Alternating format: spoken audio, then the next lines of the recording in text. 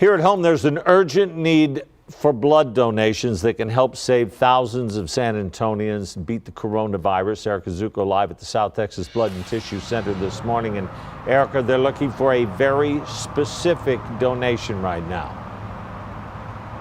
Yeah, Barry, they're really looking for convalescent plasma. They say that more than 20,000 people are estimated to have recovered from coronavirus here in the San Antonio area, but so far only 450 of those people have donated convalescent plasma, and they understand that it isn't for everyone, but if they could get more people in the doors, they hope that they could potentially save lives.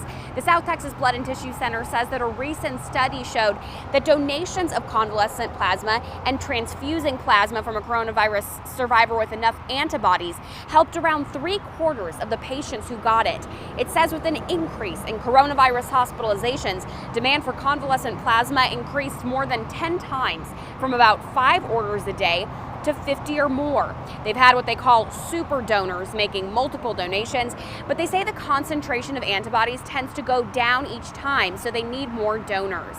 So an update on where they are right now, the latest numbers that they have: 200 requests pending. They had sent out 35 transfusion of plasma just about a day ago. 13 donors gave 45 units in a day. Now, plasma to date, 3,654 units distributed, and right now they have about 54 units on the shelf. So as you can imagine, they need a lot more. And of course, they do continue to need blood donations here as well. And if you do give a blood donation, they'll also test you for antibodies. Live at the South Texas Blood and Tissue Center, Erica Zucco, KENS 5 Eyewitness News.